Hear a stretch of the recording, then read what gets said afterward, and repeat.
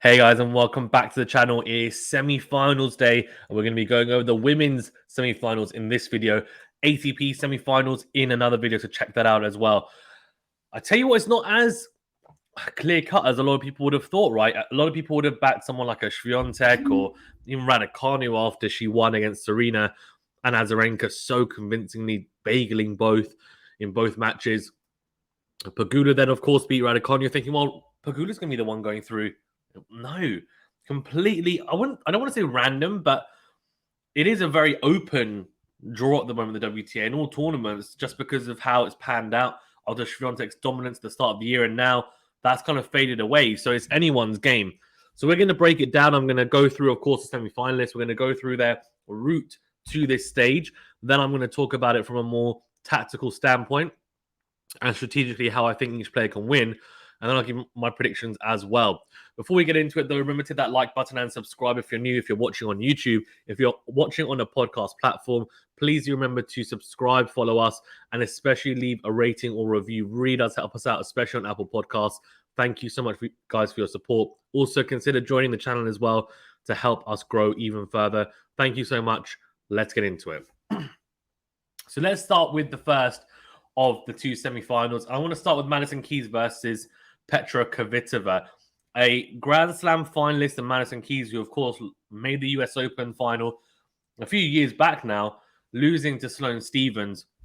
And Petra Kvitova, a multi-Grand Slam champion, someone who I think has been a little bit up and down in her career, and she's obviously had her issues. I know she got stabbed in her hand, right? I think it was, and got burgled. And she is a very, very talented lefty, 32 years of age. She's coming towards the back end of it now, but she's really, really talented. And on her day, we know how dangerous she can be. She's won Wimbledon twice in 2011 and 2014.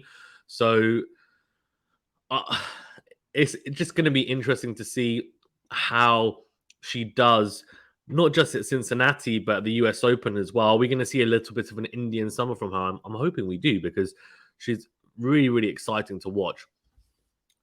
Let's get into, of course, their routes to the final then. So first of all, Keys beating quite a few players of note. Same with Kavitava. So I'm going to go through Keys' run first. So she beat Potentseva, who's been in some good form, the Kazakh player, actually, in straight sets in the first round. Ostapenko in the second, who, again, like Ostapenko's been in some decent form from the start of the grass court swing to now. So another great win. And then this is the standout win against Iga Swiatek. Straight set win over the Polish player. And I think she clearly likes playing at home, Madison Keys. Not all players do. I discussed this before. It's not always an advantage to play at home. But for Madison Keys, I think she maybe does like siphoning off the energy of the crowd. And it does help her. I also think on a hard court, the fact that it's a regular bounce as well. She's clearly grown up, on the hard courts as well. Cincinnati's a quicker hard court. It suits her game, which is very aggressive. Power baseliner. She tries to serve big as well. It just completely complements her game. And that's what she would be looking, I guess, to impose on someone like a Swiatek, and she did in the end. And I was quite impressed. 6-3, 6-4 as well. A very professional performance from a very professional player, honestly. And great to see Madison Keys back in some good form. And we've seen it in spurts this year. And I'm hoping that continues because, again, another player who, if she's in and around the top 10, it normally means we're going to see some exciting matchups. And then beat the woman of... So she's beaten two Grand Slam champions back-to-back. She beat Swiatek, who, of course, won the French Open this year. And she beat the Wimbledon champion, Rybakina, in straight sets as well. A massive serving player as well, so similar to Keys, but I mean, she serves even bigger, Rybakina, and massive from the back of the court as well. So that would have been extremely exciting to watch. And I think, that was really who misses first. And I think in the end, it was Rybakina who missed more. So 6-2, 6-4 in the end. And that's her route to the semi-finals. For Kvitova, she's also played some very good players. Teichmann in the first round, a tough 3-set victory over Teichmann. And the Swiss player has been in some good form. So that was a solid win. 2 tiebreakers as well in there. So it could have gone either way. Always disappointing, right, as an opponent when you play 2 tiebreakers in the first 2 sets, especially in a best of 3, and then you lose the third set. You're just thinking, if I'd won not just one of them, but both tiebreakers, I could have won straight sets. But to be fair, Kvitova would probably be thinking the same thing too. Then she played Kirsty, who, as I always say, don't back against Kirsty early rounds, but it was a good win for Kvitova in straight sets and winning 6-2, 6-3. And then she came up against someone who I highly rate and I think is so talented, but I guess went back to her very inconsistent ways on Jabeur, and the hard courts are probably not her favorite surface. I would say it's probably grass and clay, which is quite weird to say because grass is so quick and low bouncing, and clay is slower and higher bouncing. But I think it's it's a lot more physical on those courts. The bounces are more regular. Her drop shot, I think, is really potent on both surfaces and slicing and dicing. I think when you have a hard court like this where it's a bit quicker and also it's still bounced relatively high, but it's consistent, so the opponent doesn't need to second guess. I think, I need to be on guard just in case it kind of veers off the surface. Maybe it's not as effective. And I also think maybe her movement as well. She's on the grass and clay. I feel like her game is also beyond a lot of other players. But on the hard courts, I do feel like, and it's similar to the men's game, a lot of the women are quite comfortable on the hard court, so the gap is closed. And I think that's why she doesn't have as much success as well. She lost 6-1, 4-6, 6-love, so got bagelled and breadsticked. Did take a set, though, Jabeur in the second set. She'll be disappointed to lose the way she did because she is she was nearly a Grand Slam champion, but she's a champion generally. And Kavitova played really well. I mean, 69% of first serves in, 71% of first serve points won, and Jabeur only winning 51% of first serve points won. That's just shows, I think, how well Kvitova was returning because Jabeur's got a very, very potent first serve for the most part anyway. Then beat Tomljanovic in straight sets. Good win as well. The Australian has been in some good form this year. So both players coming into this off the back of some really good wins. Let's quickly break it down strategically, give you my prediction, then we'll go on to Sabalenka versus Caroline Garcia. So I've literally just talked about Kvitova's returning, and I think that's going to be a huge factor in this. Madison Keys will be trying to shorten the points and also try and get on the front foot as soon as possible. In addition to that, she's going to try and get 3 points on her first serve, no doubt. In saying that, Kvitova, as I mentioned, is a very good returner. So the serve return time is going to be pretty key between, I think, Keys' serve really and Kvitova's return. How does Kvitova return? I think Keys, if she's able to, should try and utilize maybe a shorter slice serve out wide to the backhand of Kvitova and drag her out. That would be quite useful, I think, if she's able to utilize it at all. Same with even the slice serve on the ad side, but down the tee. Not just utilizing it all the time and obviously having to mix it up, but that might be quite useful. Also trying to go into the body if she can. I would imagine Keys is going to try and hit her spots, go big first serve, because second serve, Kvitova will step in and try and attack it. She's also, like Keys, an attacking baseliner. Has a little bit of dynamism to her game as well, can come to the net, but generally likes to shorten the points from the back of the court, similar to Keys. So we're going to see a lot of really powerful ground stroke rallies. And the big question mark is going to be, well, who comes out on top? Now, I would imagine in Kvitova's forehand to Keys' backhand exchanges, Kvitova's going to have the upper hand. Now, the big question mark is going to be, I guess, Keys' forehand into Kvitova's backhand. Both players, when on form, can limit the errors and then also hit a lot of winners. Both can also be very inconsistent. Now, it's a really tough one to call because generally, looking at players like this, when they're so aggressive, they're so aggressive in their style, which is so exciting to watch, but it's also very difficult to predict.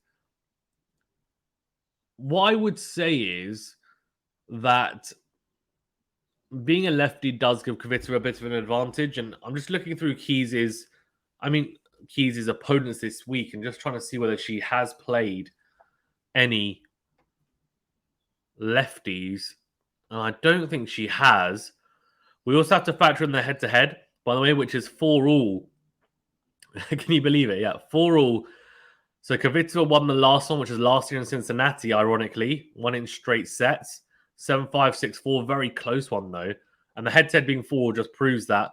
Then a 3-setter in Brisbane in 2020. Keys won in 3 sets. Keys won in 3 sets in Beijing in 16. They played a lot of matches in 16-3. Kvitova won 1, Keys 2. Then in 15, Kvitova won 1 and Keys won 1. And in Tokyo, Kvitova won the first of the exchanges in 2013. So, it's so tough to call, isn't it? I'm going to go Kvitova in 3 sets. And a couple of factors. I feel like she might be slightly more consistent. I think she's going to cause some problems for Keys on her service games. Whereas I feel like with Keys, she also likes to be quite aggressive on return, but she can make more mistakes on the return.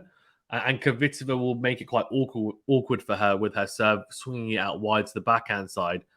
And Keys' backhand on the line sometimes is on, sometimes it's off. So I'm going to go Kvitova. 3 sets. Also, she has a little bit of history there, of course, beating Madison Keys last year. But that Madison Keys, a little bit different to the one this year, that's for sure. But that's my prediction for that one. Right, let's move on to Caroline Garcia and Aryna Sabalenka. So let's go through Caroline Garcia's one. By the way, I don't know if you guys know this, but she's 35 years of age. This is incredible to see someone at this age have this kind of Indian summer. And it's great to see. I really do love to see it. We saw it with Tatiana Maria, who had 2 children, and obviously then came to Wimbledon, made the semi-finals? It was semi-finals, wasn't it? Quarterfinals. Like, incredible story. And the same here, right? I mean, Caroline Garcia just keeps on winning, beat Raducanu at Wimbledon. She has had some very notable wins, and we'll go through them in a second. But yeah, let's go through her matches first. So she actually played qualifying as well, which makes it even more impressive. Beat her fellow compatriot Parry in the first round of qualifying. Petkovic, both these matches, by the way, in 3 sets. Then played Martic, straight set win. Sakkari in 3 sets. That's a really good win. Sakkari, though, has been very up and down. I have to say, I've been quite disappointed with her season so far. I know she's ranked number 1 in the world, but I'm not quite sure whether that's reflective of her current form, honestly. Beat Mertens in straight sets, good win there as well. And then Pegula, who had blown Raducanu away in straight sets. It was 2 close sets, but still dominated it. Raducanu coming off 2 incredible wins over Serena and Azarenka. So Pegula completely just diminished the flame there. And Caroline Garcia said, well, I'm going to take a bit of that momentum and beat her 6-1, 7-5. So really, really impressive from Garcia. And then we look at Sabalenka. She beat Kalinskaya in the first round, got a little bit of a walkover there after taking the first set. And then beat Rogers in 3 sets. Good battling win over Shelby Rogers.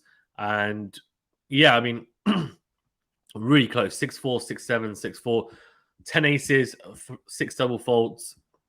First serve points won, those 73%, 59% of first serves made.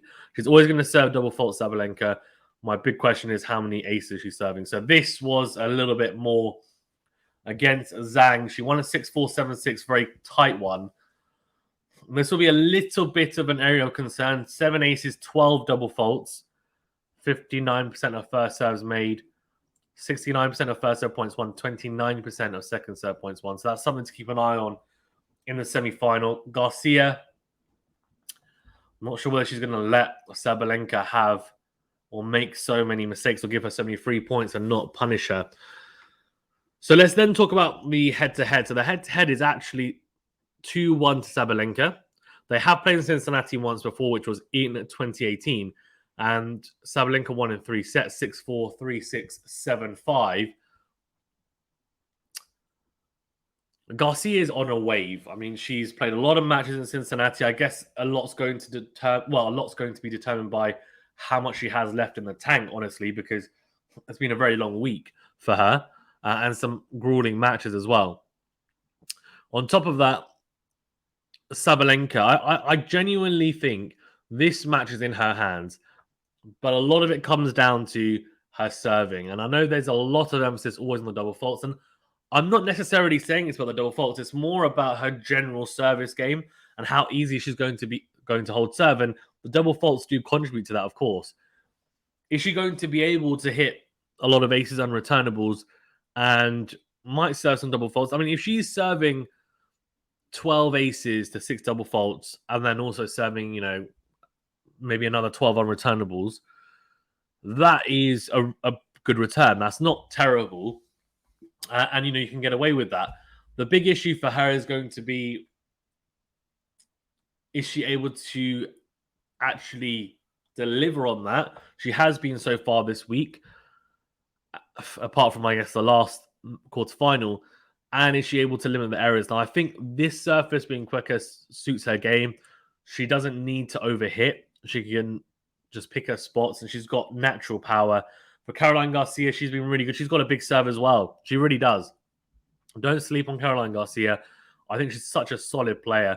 Forehand as well is good, and just generally super solid. Her 1+ play is really good, pretty proactive on the forehand side. Sabalenka is going to have to be patient at times and not overhit. Choose the right opportunities to hit the winners. Don't force it. For Caroline Garcia, she's going to try and frustrate Sabalenka, I would imagine. And she hits the backhand slice nicely. Interesting to see how Sabalenka counteracts that. She doesn't like going low on her backhand side. Is she going to slice? Is she going to hit the backhand, the drive backhand? How is she going to counteract that?